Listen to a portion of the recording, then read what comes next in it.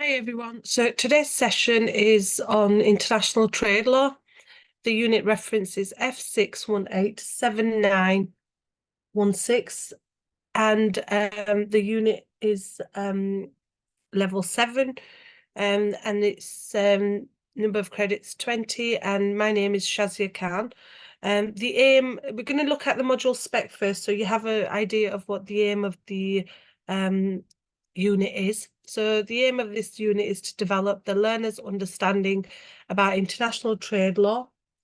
Also, the learners will focus on areas such as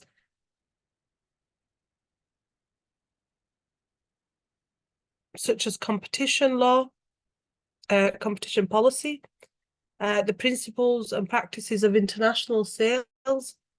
They'll also be looking at sales contracts and analyse learning issues associated with trading globally. So, there's lots of issues if you decide to trade globally, and there's lots of requirements and policies in place and legal requirements.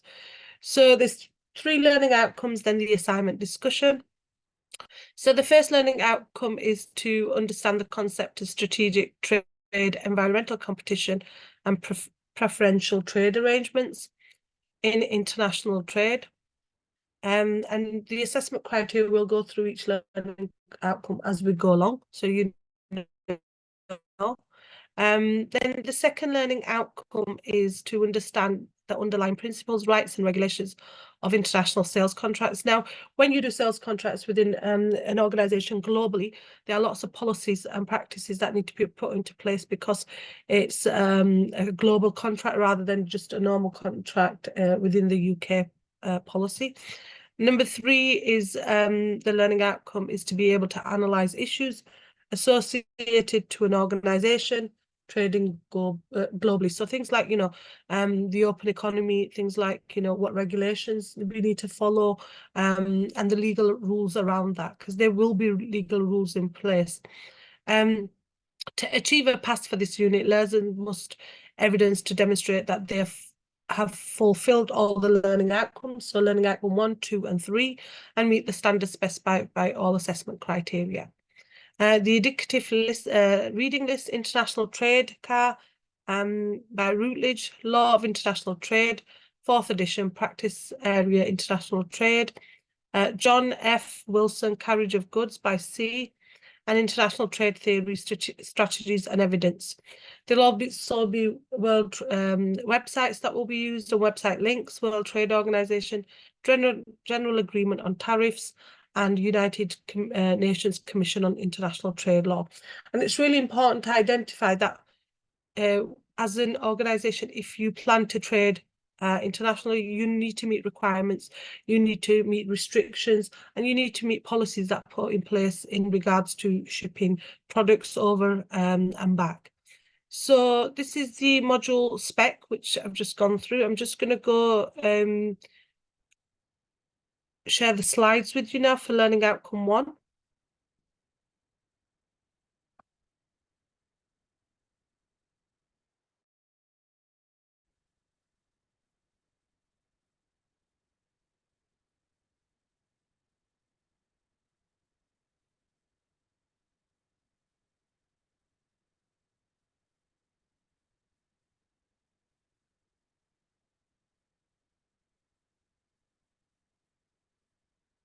So the first learning outcome that we'll be looking at on international trade law, as I mentioned earlier, was learning outcome 1, which is to understand the concept of strategic trade, environmental competition, and preferential trade arrangements in international trade, and why the importance of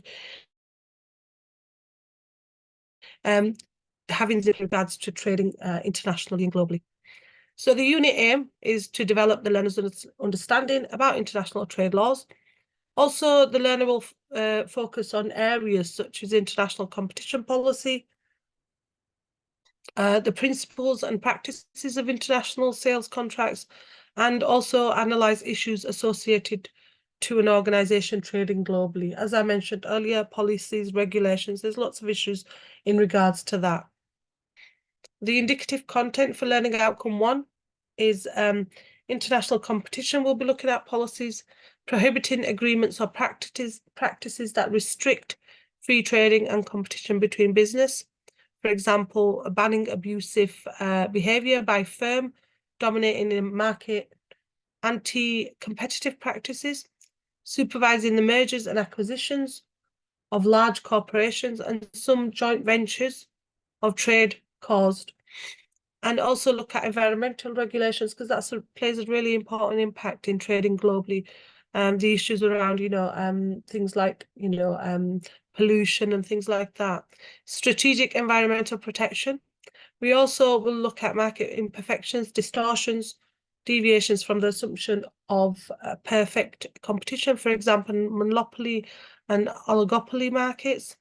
Production with increasing returns to scale. Markets do not clear negative and positive externalities in production and consumption, and the presence of public goods. We'll also be looking at the rules and principles of general agreement tariffs, which is referred to as GATT, trade without discrimination, protection through tariffs, promotion of fair competition, anti-dumping code, quantitative restrictions on imports, possible emergency actions, regional trading arrangements, and settling trade disputes. We'll also look at the World Trade Organization and their functions. So functions to implement rules and provisions relating to trade policy review mechanism. One of the functions is to provide a platform to member countries to decide future strategies regarding trade and tariff. Provide facilities for implementation. Also look at administration and the operation of multilateral and bilateral agreements of the world trade. Also administer the rules and processes relating to dispute settlement. Ensure the optimum use of world resources, and look at assisting international organizations such as IMF and IBRD for establishing coherence in universal economic policy determination.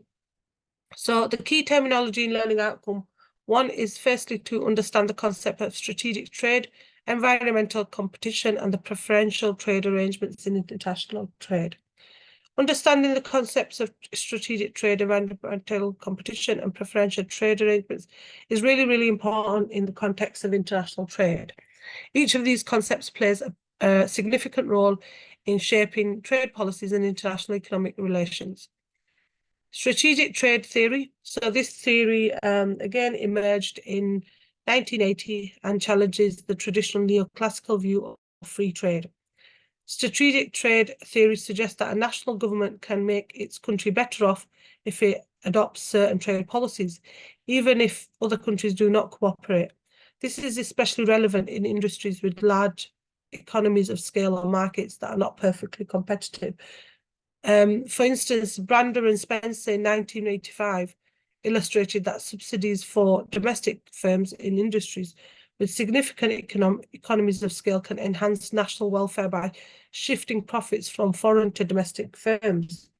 This approach contrasts with classical free trade argument, which promotes minimal government intervention in international trade. So the strategic trade is used, as we stated, by larger organizations, but works well for them as well. And, more for the larger ones than the smaller scale organizations.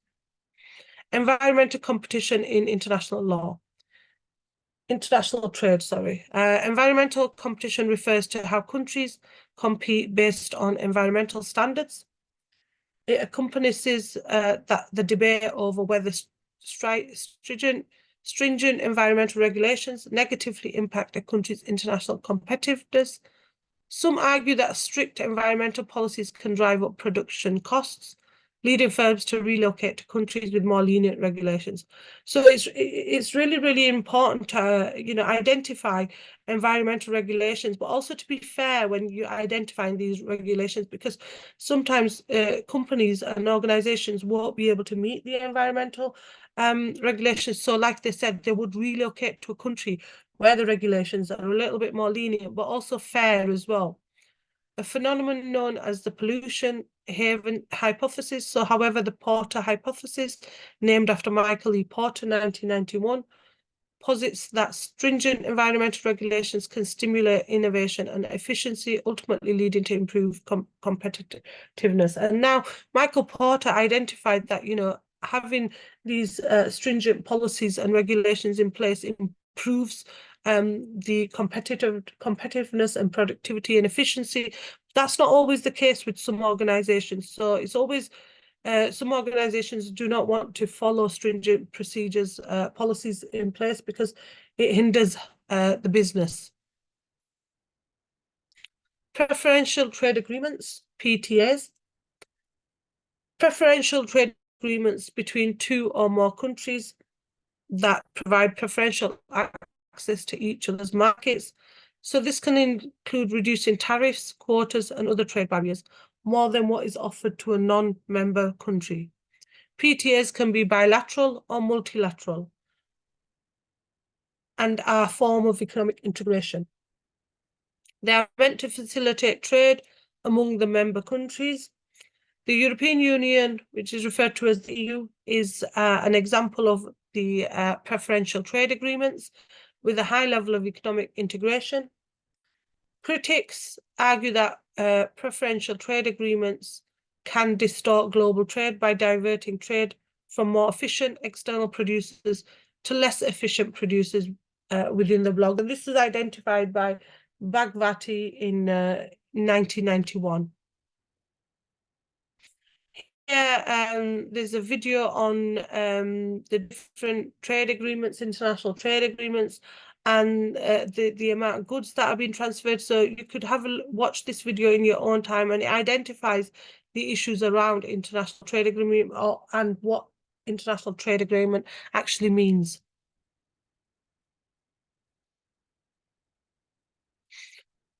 So 1.1. We've got to analyse the role of international competition policy for environmental regulations and strategic environmental protection for organisations trading globally. So the role of international competition policy in relation to environmental regulations and strategic environmental protection for organisations engaged in global trade is multifaceted and complex.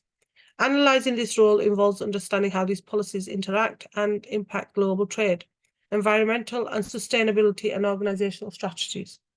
International competition policy and environmental regulations include things like laws and regulations designed to promote competition and prevent monopolistic practices, and can significantly intersect with environmental regulations. Now, these practices and these policies and laws that need to be put in place and regulations are needed in regards to keeping everything intact in regards to to trying to promote competition, and obviously trying to follow the laws and regulations of that country. On one hand, stringent environmental regulations in one country can affect the competitiveness of its firm on the global stage.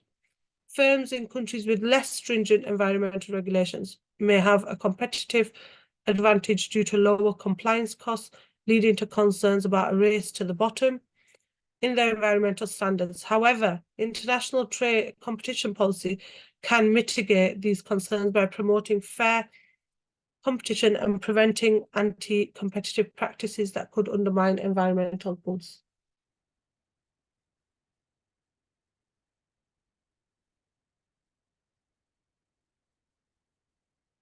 For instance, the Organization for Economic Cooperation and Development, OECD, has discussed the importance of aligning competition policy with environmental objectives to support sustainability and development, and that was in OECD 2019.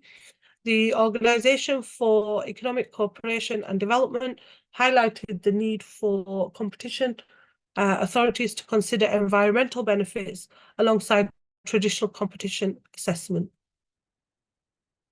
Strategic environmental protection for global organizations. So when we look at strategic environmental protection, it refers to the deliberate actions taken by organizations to not comply only with environmental regulations, but also gain competitive advantage. This can include adopting eco-friendly practices, investing in sustainable technologies, or developing green products. The Porter hypothesis in 1991 suggested that stringent environmental regulations can spur innovation, leading to improved resource efficiency and competitiveness.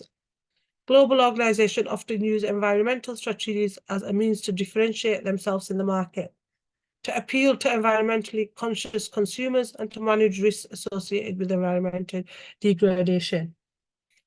For example, multinational corporations, MNCs, might adopt higher environmental standards in their operations worldwide, even if local regulations do not require such standards. This approach can enhance their global reputation, align with consumer expectations, and prepare them for potentially tightening of environmental regulations in the future. So, MECs tend to do that because they want to try to keep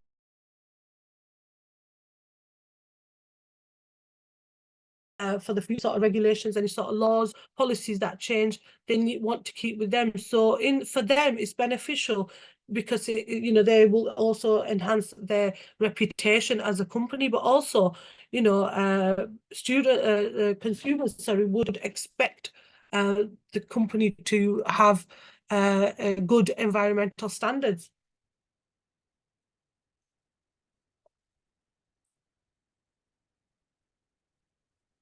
The impact on global trading organizations. So organizations trading globally must navigate varying environmental regulations across different countries.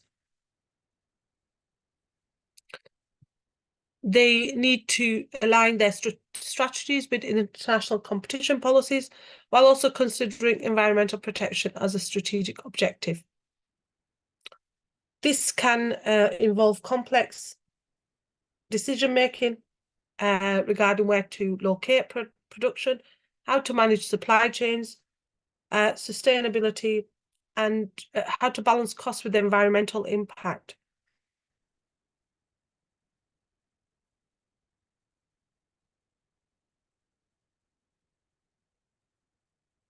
Furthermore,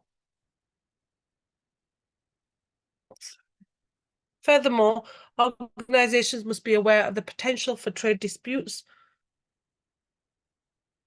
arising from environmental regulations. For example, the World Trade Organization, which is referred to as WTO, often deals with cases where environmental measures are aligned to distinguishing protectionist policies.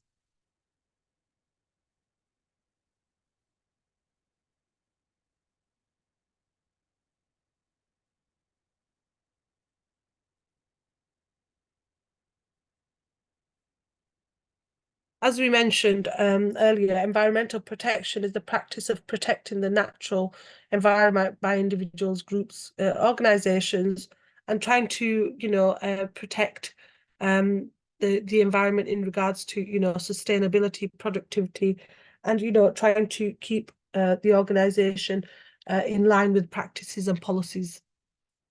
So in conclusion, international competition policy plays a crucial role in shaping how environmental regulations impact global organizations.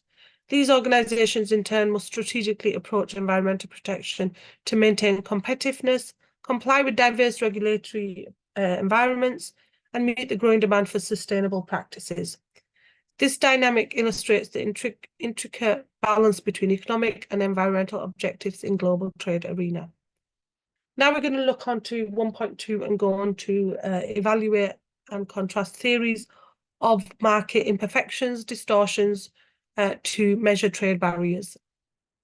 So evaluating and contrasting theories of market imperfections or distortion is vital for understanding how these imperfections measure trade barriers. Market imperfections or distortions refer to any deviation from the ideal conditions of perfect competition that can hinder the efficient allocation of resources in an economy. So these imperfections play a crucial role in international trade as they can create trade barriers affecting the flow of goods and services between countries. So sometimes it could impact that, there may be some sort of issues around imperfections and distortions which will prevent companies trading with each other. So these need to be taken into consideration to keep the trading at bay. So theories of market imperfections and distortion. The first one is mercantilism. This early economic theory, prevalent in the 16th to the 18th centuries, advocated for trade surpluses as a means of accumulating wealth and power. Mercantilists believed that trade barriers like tariffs were essential to protect domestic industries and ensure trade surplus. However, this theory was criticised for its zero-sum view of trade, where one nation's gain is another's loss, ignoring the benefits of trade cooperation. Neoclassical trade theories. In contrast, neoclassical trade theories, including the Ricardian and Heckian all-in models, advocate for free trade based on comparative advantage. These models suggest that trade barriers distort the market by preventing the efficient allocation of resources. They argue that free trade leads to a more efficient global allocation of resources, increasing overall welfare. Measuring trade barriers, tariffs and quotas. Traditional measures of trade barriers includes tariffs, which are taxes on imported goods, and quotas, which are limits on the quantity of goods that can be imported. And it's really important to bear in mind that goods that are being imported will have taxes on, and the limit of goods, how much you can bring into the country, they will always have limitations on these. And sometimes this is to try and prevent issues around, putting barriers into place to prevent people or countries getting too much of the product. The neoclassical view suggests that barriers distort market prices, leading to inefficiencies in the global allocation of resources. Then we have non-tariff barriers, which are referred to as NTBs. Non-tariff barriers such as regulatory standards, subsidies, and customs procedures are more subtle and can be more significant than traditional tariffs. They are often rooted in market imperfections like information asymmetries or externalities. For example, environmental standards may be necessary to correct the negative externalities of pollution, but they can also act as a barrier to trade. Evaluation and contrast. So the mercantilism against versus neoclassical theories. Mercantilism and neoclassical theories offer contrasting views on trade barriers. While mercantilism sees these barriers as tools for national prosperity, neoclassical theories view them as distortions that reduce overall welfare.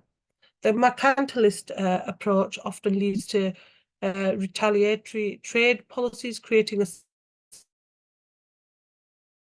cycle of increasing barriers, whereas the neoclassical theories advocate for barrier in any of these theories to help them identify what they want to do. The role of non-tariff barriers.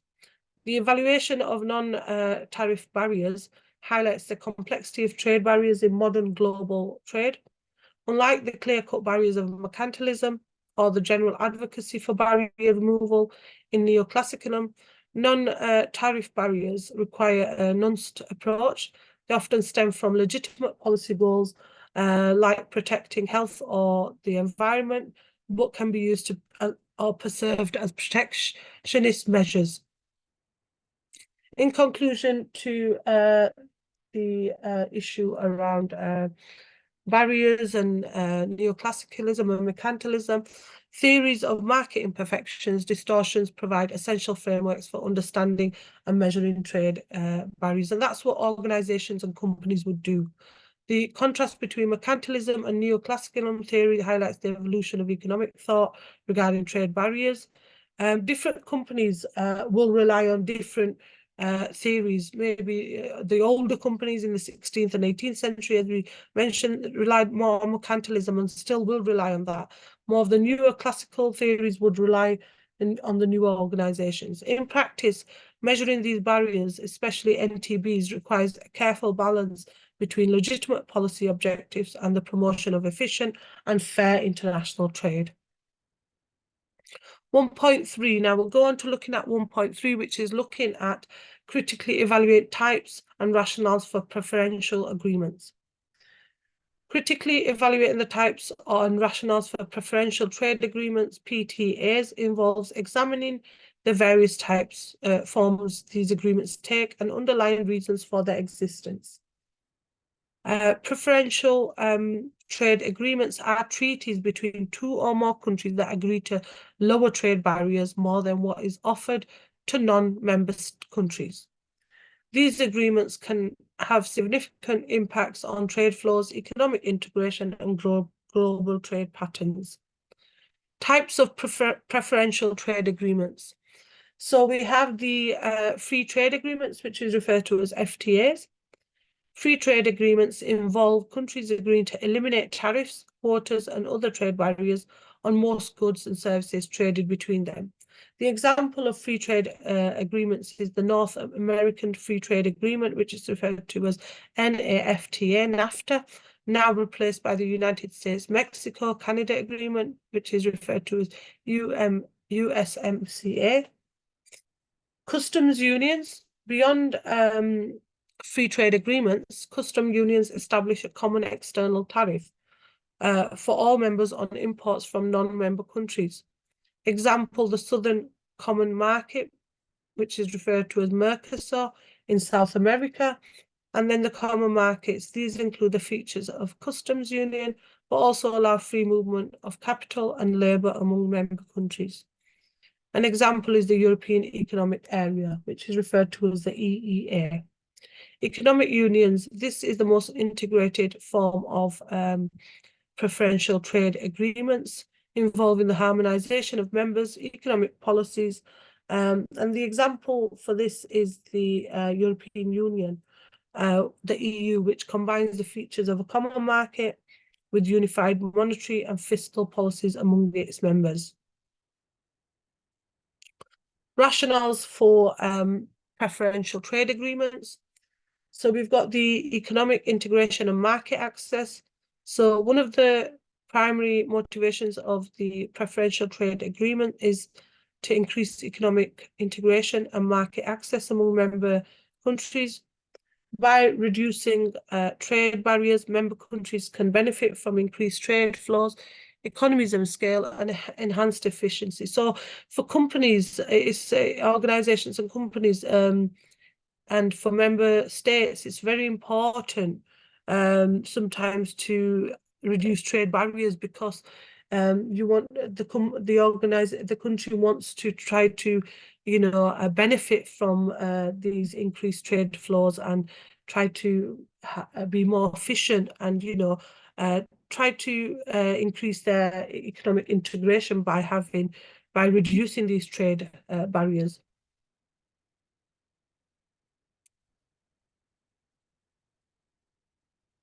You've got next political and economic stability. The preferential trade agreements often serve to promote political and economic stability within a region. By fostering economic interdependence, these arrangements can enhance political cooperation and reduce the likelihood of conflict.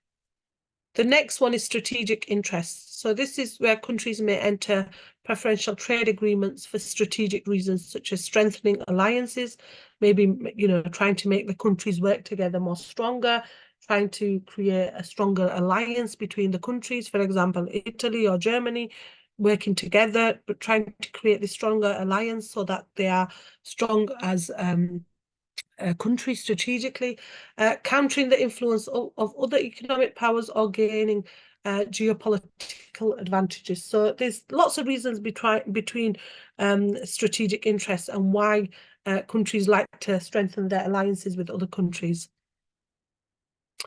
The next one is development and economic diversification.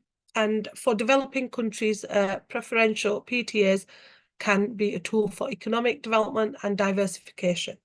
They can provide access to larger markets, attract foreign investment, and promote technology transfers.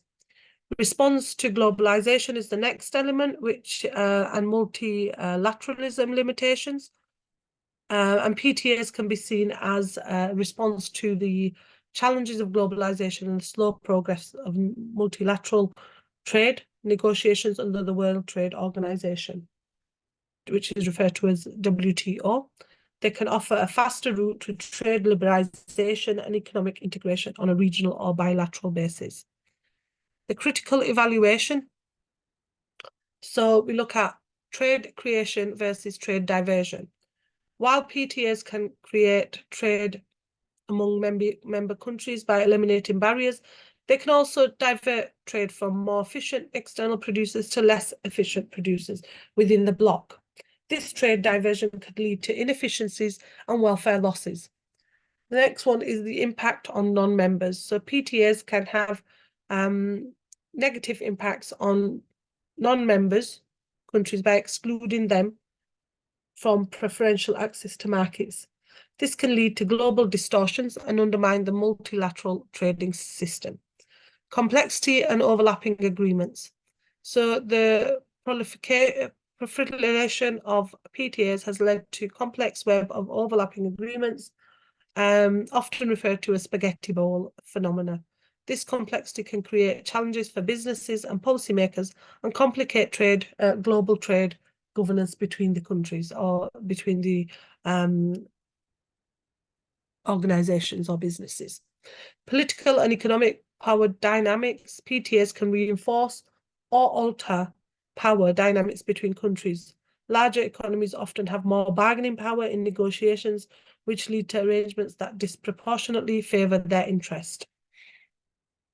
In conclusion, while preferential trade agreements offer several benefits, including enhanced market access and regional integration, they also come with potential downsides, such as trade diversion complexities and potential inequalities in global trade.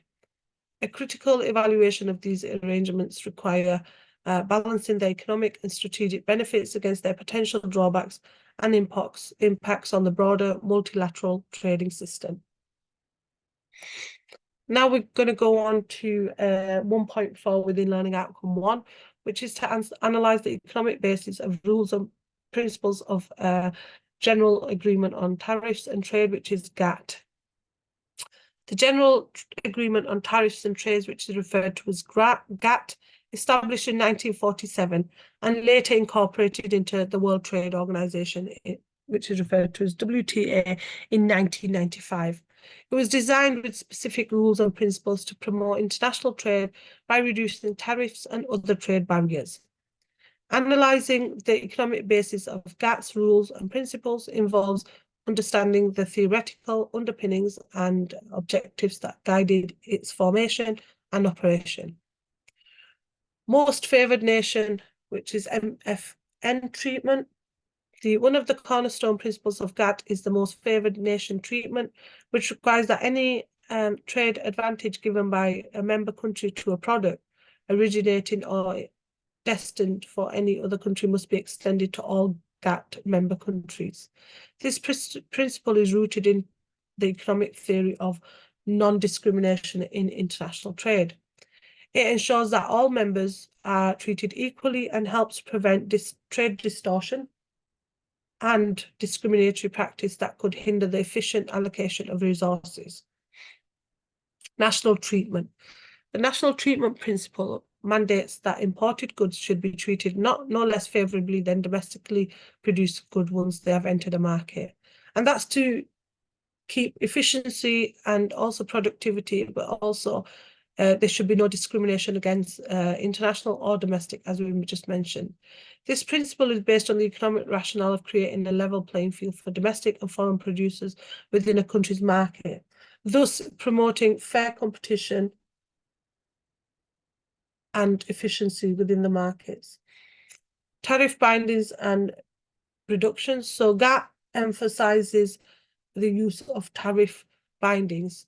So that's commitments not to rise tariffs above an agreed level, and encourages tariff reductions. This aligns with the economic theories that advocate for lower tariffs to reduce trade barriers, enhance market access, and then to also foster economic integration through increased international trade. Prohibition of quantitative restrictions. GATT generally prohibits quantitative restrictions like quotas, aiming to eliminate non-tariff barriers that can distort international trade. This prohibition is grounded in economic theories that recognize tariffs as a more transparent and less distorting way of protecting domestic industries than quantitative restrictions. Special and differential treatment. Recognizing the developmental differences between countries, GATT incorporated provisions for special and differential treatment for developing countries. This aspect is based on the economic understanding that developing countries may need more time and flexibility to adjust to the international trade system, acknowledging the differences in economic development and capacity. So it gives the countries that have, need more time and flexibility, developing countries, and it gives them a chance to, adjust to the international trade and try to benefit from the special and differentiating treatment. Dispute settlement mechanism.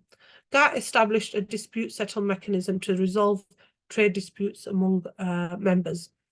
This reflects the economic principle that a structured and predictable system for resolving dispute is essential for maintaining the stability and predictability of the international trade system. So in summary, the economic basis of the rules and principles of the GATT are founded on trade theories and concepts such as non-discrimination, market access, and fair competition. These principles aim to create a predictable and stable trading environment, reduce trade barriers, and facilitate equitable trade practices, contributing to the overall objective of promoting international trade and economic development. So the whole point of GATT is to try and keep all the elements of economic trade at a stable balance, and also try to, reduce any sort of trade barriers, try to provide a more, flexible system, trading system, so that people are able to, trade freely, but also with fairness, but also being quite fair, but not being discriminatory in regards to their policies and procedures. So the next one we're going to look at is 1.5, which is to critically analyze the workings of the WTO and the predecessor agreements. And this is the World Trade Organization. Critically analyzing the workings of World Trade Organization and its predecessors arrangements, particularly the General Agreement on Tariffs and Trade. GATT involves examining their structures, functions, successes, and challenges. GATT predecessor to the WTO, World Trade Organization. Structure and function. Established in 1947, GATT was a multilateral agreement aiming to reduce trade barriers such as tariffs and quotas. It functioned primarily through rounds of negotiation where member countries agreed on trade rules and tariff reductions. As we mentioned earlier, some examples. The successes are that GATT was successful in significantly reducing tariffs and setting a foundation for global trade rules. It facilitated an exponential growth in international trade and economic integration. So it's there to enhance international trade and try to get reduce the tariffs that are in place in regards to trade rules or trade barriers. Challenges and limitations. GATT faced criticism for its inability to adequately address non-tariff barriers, services, and intellectual property rights. Its decision-making process, often based on consensus, led to difficulties in negotiations, particularly as the number of member countries increased.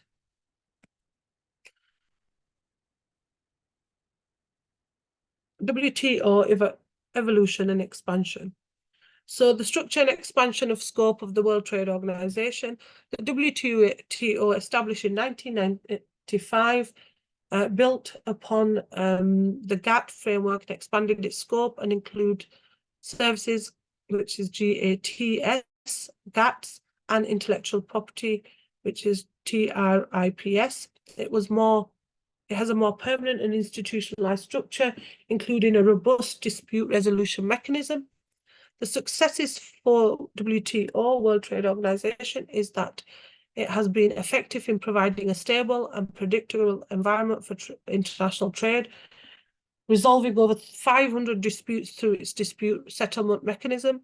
It has expanded to include more than 160 member countries, making it truly a global organization. And the criticism challenges for the WTO was that it faced criticism for allegedly favouring richer nations, inadequate addressing of environmental and labour issues, and struggles in advancing new global trade negotiation. And the example was the Doha Development Round. Its consensus was based on decision-making process is often seen as hindrance to effective negotiation, especially given the diverse interests of its members.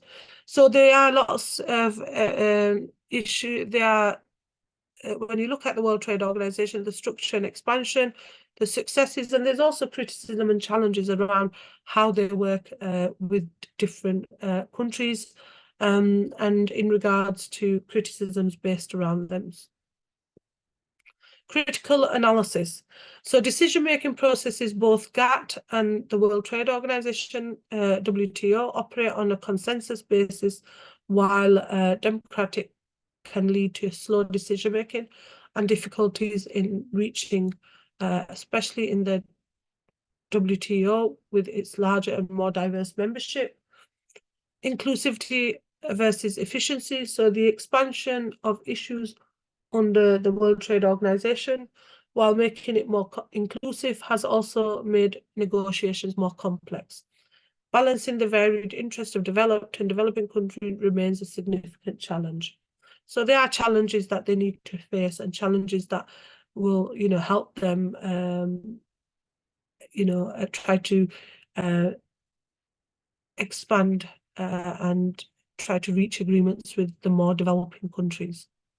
Dispute settlement. The World Trade Organization dispute settlement mechanism is a significant improvement over GATT, less formalized process. However, it has faced criticisms relating to prolonged timelines and the current crisis due to the blockage of the appellate body appointments. The impact on the global trade, both GATT and WTO have greatly influenced global trade, contributing to its expansion and the integration of more countries into the global economy. However, the rise of bilateral and regional trade agreements indicates a shift in how countries are now pursuing trade liberalization. In conclusion, looking at the World Trade Organization and GATT, while the World Trade Organization, building on the foundation of GATT, has played a crucial role in shaping the global trading system, its effectiveness is challenged by evolving complexities of international trade, diverse interests of member countries, and the need for reform in its decision-making and dispute resolution processes. These challenges highlight the ongoing need for adaptation and reform in the face of a rapidly changing global economic landscape. So that was the final slide, and we looked at the World Trade Organization and concluded on that. These are some of the references we've used for today's session in regards to the World Trade Organization, GATT, the neoclassicalism, mercantilism, and we've looked at the different theories and policies in place, and we've looked at resources that you could use in your own time, which is first one by Brander, Export Subsidies and International Market Share, Porter, America's Green Strategy, which was mentioned throughout the slides, Bhagwati, 1991, The World Trading System at Risk, OECD, which we looked at the competition and environmental policy, Irwin, Mercantilism as a strategic trade policy, Jackson, The World Trade System, Law and Policy of International Economic Relations, Davey, The World Trade Dispute Settlement System, Irwin, the GATT in Historical Perspective, and Hawking, The Political Economy of World Trading System.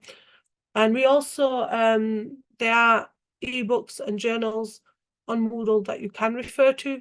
And there's also articles that will put on Moodle that you could refer to as additional reading. Further reading is to watch the video that I've just put on Moodle in regards to international trade. And also there's an article called The Legal Analysis of International Trade and Digital Trade, which is on Moodle for you to have a look at in your own time. And it's additional reading and will help you and support you towards doing your assignment. And if you have any queries or any questions, kindly email learnerwork@ukvarsity.co.uk.